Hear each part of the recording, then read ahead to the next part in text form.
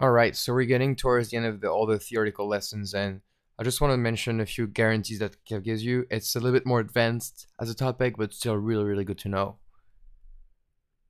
The first one is that messages are appended to a topic partition in the order of descent for a specific key. So if you send them message 1, then 2, then 3, then 4, that's in the order they will be written to the partition, and that's a really good guarantee. Consumers, they will read messages in the order stored in the topic partition. So again, we mentioned it before, if your offset is 0, 1, 2, 3, then the consumer will read 0, 1, 2, 3.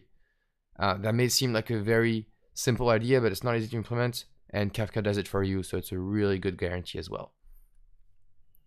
The other guarantee that Kafka gives you, and we also saw an example of this, is that if you have a replication factor of n being a number, then producers and consumers can tolerate up to n-1 broker being down. So remember how we had 2 brokers in the past example, and I said, oh, let's take 1 broker down.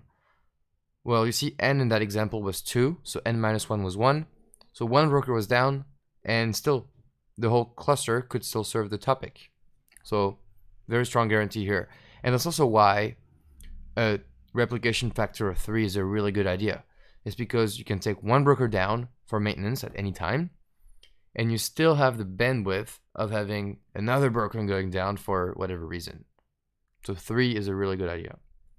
Finally, and that's a subtle concept, but as long as the number of partitions remain constant for a topic right after you've created it, so no new partitions over time, then the same key will always go to the same partition.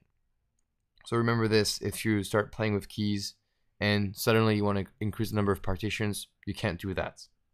I mean, Kafka will allow you to do this, but it's not a really good idea.